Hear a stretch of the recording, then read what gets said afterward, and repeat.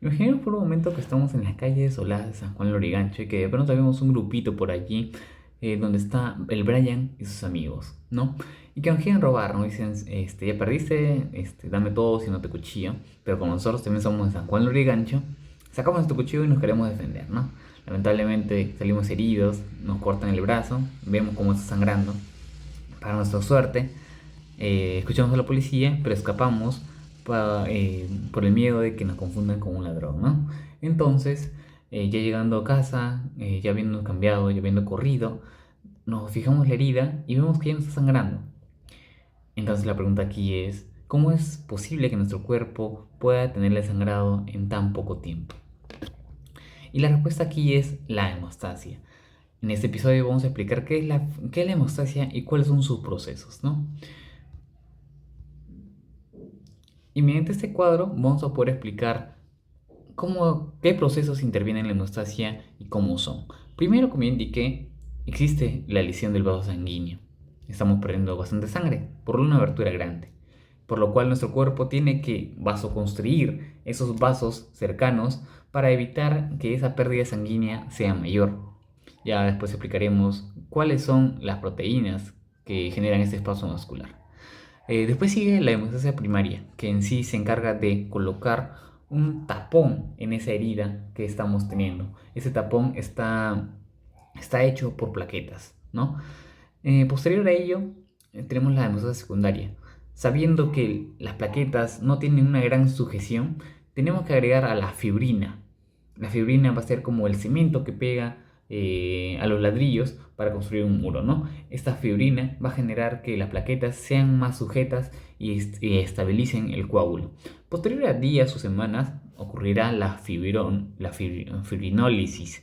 En este vamos a desintegrar el coágulo sanguíneo y vamos a renovar el vaso como nuevo. La vasoconstricción. Este va a ser un espasmo vascular con la finalidad de reducir la pérdida sanguínea, va a durar de minutos a horas y va a ser activado por el tromboxano A2, la serotonina, pero especialmente la endotelina. Tiene una gran capacidad de vasoconstruir esta última. Algunas de estas proteínas van a ser secretadas por las plaquetas, ¿no? Y bueno, siempre que hay algo positivo tiene que haber algo negativo. Y en este caso, la prostaciclina secretada por el endotelio va a permitir que esa vasoconstricción eh, se vuelva normal. Es decir, esta prostaciclina va a generar una vasodilatación. Sabemos que la vasoconstricción es un mecanismo de defensa, sin embargo, tenerlo permanentemente o por mucho rato puede ser incluso perjudicial, ¿no? Ya que la vasoconstricción va a permitir que llegue menos sangre a diferentes partes del cuerpo, ¿no? Además, esta prostaciclina lo que va a hacer es inhibir la agregación plaquetaria en el endotelio perilesionado. Es decir, queremos una agregación plaquetaria en el área de la lesión, pero no queremos que esta agregación plaquetaria se dirija, o en este agregado plaquetario o tampón, no queremos que se dirija a otras partes del cuerpo porque podría obstruir la circulación. Por lo tanto, queremos que esa agregación plaquetaria esté localizado en la lesión, no a los alrededores. Después tenemos la formación del tapón plaquetario. Acá van a actuar dos receptores o dos glicoproteínas muy importantes de las plaquetas. La glicoproteína 2B3A y la glicoproteína 1B95. A su vez vamos a ver unos gránulos importantísimos, que es el alfa y los delta, o también denominados como gránulos densos, que lo vamos a encontrar en las plaquetas, dentro de las plaquetas. Aquí van a estar los gránulos alfa, los gránulos delta, y a su vez vamos a ver la glicoproteína 2B3A, ¿no? Y aquí en esta imagen vamos a ver cómo esto se relaciona. Primero, sabemos que la lesión vascular va a generar una capa de colágeno libre, ¿no? En esa capa o superficie de colágeno vamos a ver que se va a unir el factor von Willebrand, esta cadenita, ¿no? A este factor von Willebrand se va a unir la glicoproteína 1B95. Este va a generar su activación de la plaqueta para y luego esta activación va a generar que otras plaquetas también se activen. Por lo tanto, va a generar que otras plaquetas también generen receptores 2B3A. Cuando esta se activa, genera en su propia célula y en otras la glicoproteína 2B3A. ¿Ok? Entonces, mediante el fibrinógeno, que va a ser la unión de ambas plaquetas, mediante sus receptores 2B3A, se va a generar el tapón plaquetario, ¿no? ¿Y de dónde va a salir este fibrinógeno, este factor von Willebrand, ¿no? La fibronectina? Todas estas van a salir de los gránulos alfa. Este va a secretar el fibrinógeno, el factor von Willebrand, la fibronectina y algunos factores de la coagulación como es el 5, el 8, el factor plaquetario 4, que es un factor al cual se va a unir la heparina, el factor de crecimiento derivado plaquetario, el factor de crecimiento tisular alfa, entre otros. Ahora, en el gránulo delta, aquí se va a unir el ADP y el ATP, el calcio ionizado, muy importante en la cascada de coagulación, la histamina, la serotonina y la adrenalina para continuar con la vasoconstricción en estas primeras etapas, ¿no? Recordemos que la formación del tapón plaquetario va a tener tres etapas: la activación, que ya vimos aquí, la adhesión, que también lo estamos viendo, y la agregación de plaquetas, ¿no? Aquí vamos a explicar un poquito más los pasos, ¿no? En la activación, por ejemplo, vamos a ver cómo cambian morfológicamente las plaquetas de discos lisos a esferas con receptores de glicoproteína en su superficie, ¿no? Como lo que le mostré, pasan de tener glicoproteína 2B95 a tener una glicoproteína 2B3A, ¿ok? Entonces aquí lo vamos a ver. Cambio de forma, como discos planos pasan a unos esferas un poco más diferentes, con unos pseudópodos incluso que nos van a ayudar a la adhesión. Y acá lo que les mencioné, ¿no? Aparece la glicoproteína 2B3A. Acá vemos una imagen más real, ¿no? Cómo se ven los pseudópodos. Y acá de la misma forma. Ahora, después sigue la adhesión. Como les mencioné, acá va a ser importantísimo el factor von Willebrand, que después de la activación de las plaquetas va a liberar los gránulos alfa donde está contenido el factor von Willebrand. El factor von Willebrand se va a unir al colágeno libre, ¿ok? Esta va a unir a las plaquetas y de esa forma va a generar el tapón plaquetario mediante el fibrinógeno y las glicoproteínas que ya mencionamos.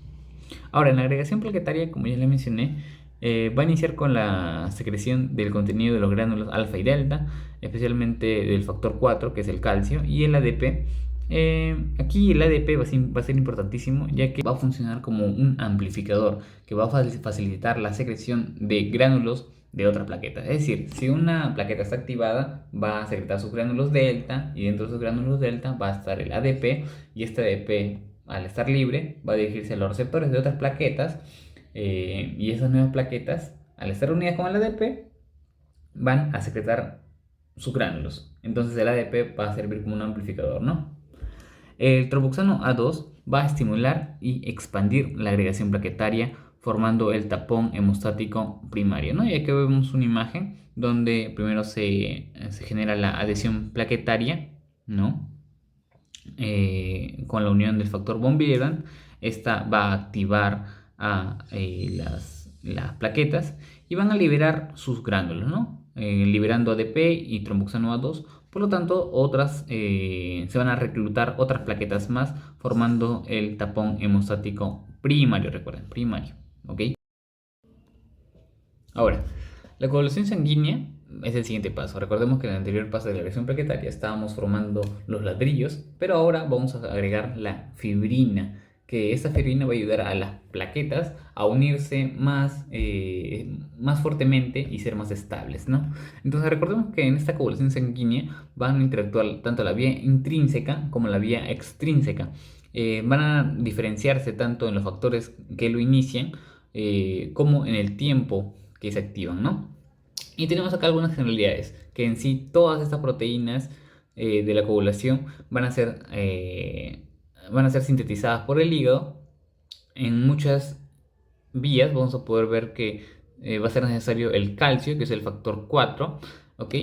Y vamos a ver que la vía intrínseca va a demorar mucho más, de 1 a 6 minutos, y va a ser mediado por el tiempo de tromboplastina, mientras que el extrínseco va a ser mediado por el tiempo de protombina, y va a durar solamente 15 segundos al activarse, ¿no? Ahora, también tenemos algunas anticoagulantes naturales, como es la antitrombina 3, que va a ser importantísimo cuando hablemos de las heparinas, y la proteína C y S, que van a inactivar específicamente al factor 5 y al factor 8.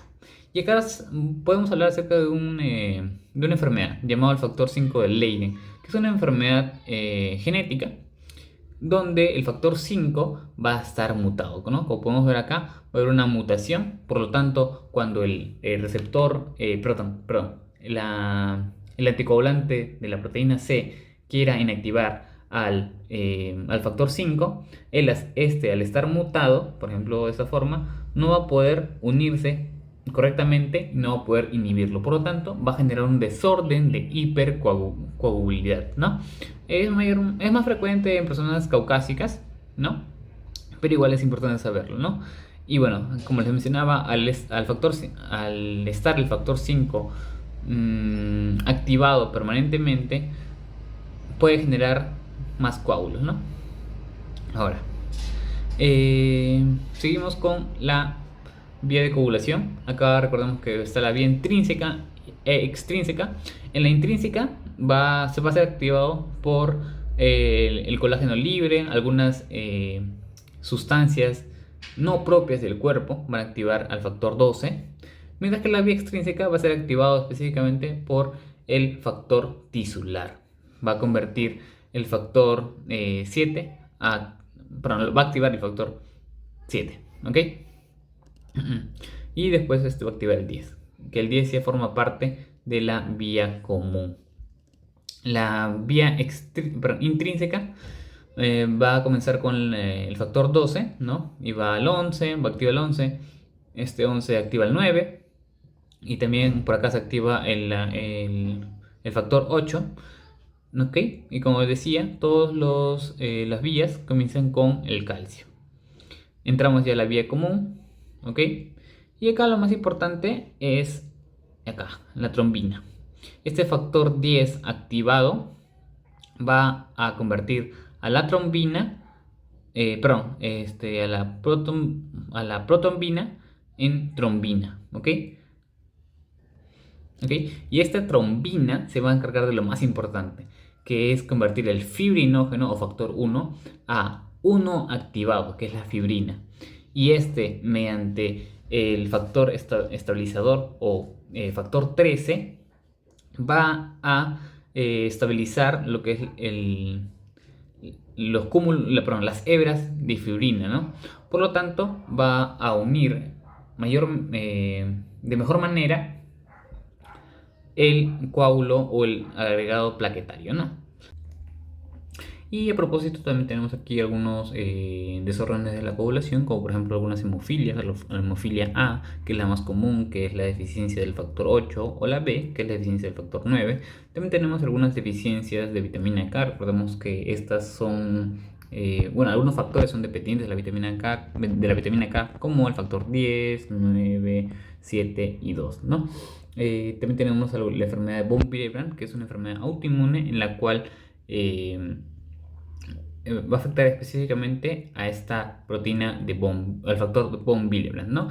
Y recordemos que esta nos ayudaba a unir el colágeno con las plaquetas, así mejorando o activando la activación plaquetaria, ¿no?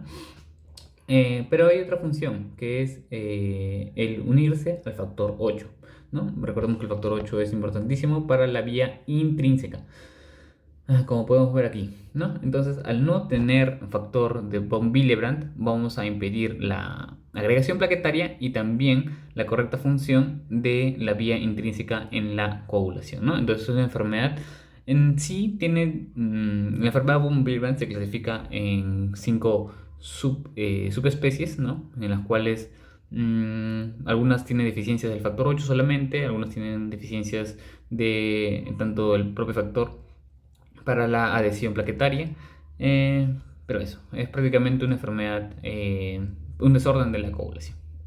Ok, los últimos pasos serían la retracción del coágulo, el cual es debido a la actina y la miocina, ¿no? El principal objetivo de la retracción del coágulo es eliminar el plasma que se encuentra dentro de esta cúmulos de plaquetas y fibrina, ¿no? Es como cuando estiramos la ropa, ¿no? Y sale todo el agua. Lo mismo pasa aquí.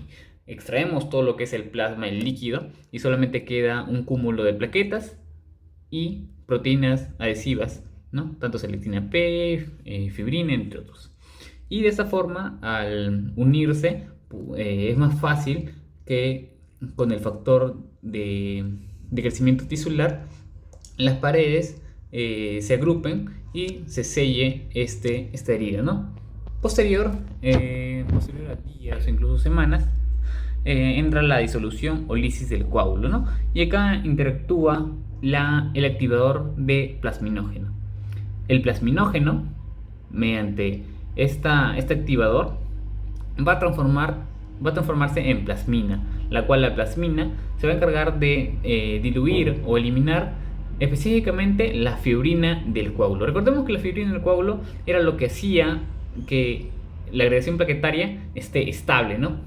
Por lo tanto, si no hay fibrina, es más fácil de destruirse, ¿no? Entonces, al final de la coagulación, ya pasando días, semanas, de que el tejido tisular, de que el tejido haya sanado correctamente, es activado el plasminógeno a plasmina para eliminar todos los residuos de fibrina, de la agresión plaquetaria, de algunos factores incluso, como puede ser el factor 5, el factor 7, el 8, protombina, el fibrinógeno, ¿no? Entonces nos permite tener libre ya el vaso celular como antes de la herida, ¿no? Y eso ha sido todo, chicos. Gracias.